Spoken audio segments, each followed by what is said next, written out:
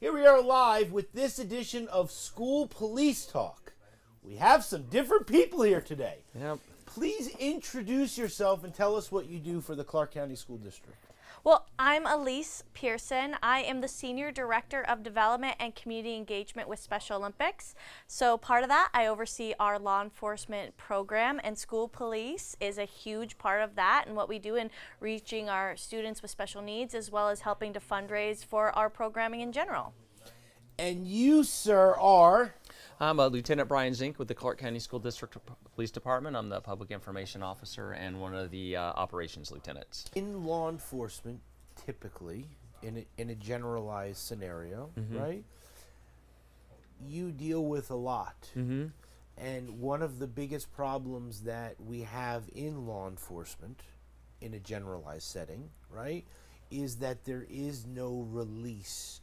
And so mental health is so important. Very much, yes. And so when it comes to that, most law enforcement agencies have some form of mental health area, so that if an officer is going through something or wants to speak or whatever, that at least they have an advocate that is not going to hold them a hurtfulness, that they're just going to be able to speak. And so to be able to have that and then be able to have that within an organization is a tremendous partnership. Yeah, you're speaking of the wellness programs that I think every department now, hopefully in the country, has, because law enforcement for so long kind of never really addressed mental health of police and dispatchers and police staff in general. It was kind of that dark secret. It's like, basically like suck it up. It's part of your job.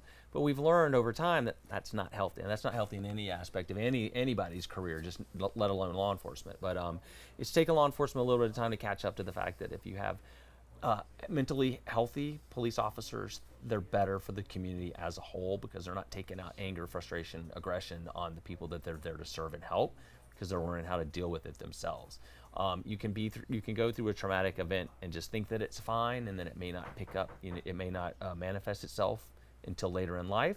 So it's better to deal with it right after it happens, so that it's hopefully over, and probably never completely over and done with, but you're given coping skills and mechanisms to identify when you're being triggered and you need to stop. I mean, and it's just, like I said, it's just not law enforcement. That's everywhere in the community now. It's really, the focus on mental health has just been amazing. But definitely volunteerism is always one of those things that every wellness bureau pushes, is to get away from what you do normally and do something different. But the nice thing about volunteering with the Special Olympics is that these kids love us. They love us. Kids. I mean, adults or athletes. I'm sorry. The thing with our Special Olympics athletes is they absolutely love us and look up to us because of what we wear. So I can show up dressed like this, knowing that I'm not going to be judged as like, oh, he's a cop, he's here to be mean, or he's going to hurt me, or he hurt my friend. They accept us with open arms and just love us for who we are and what we do.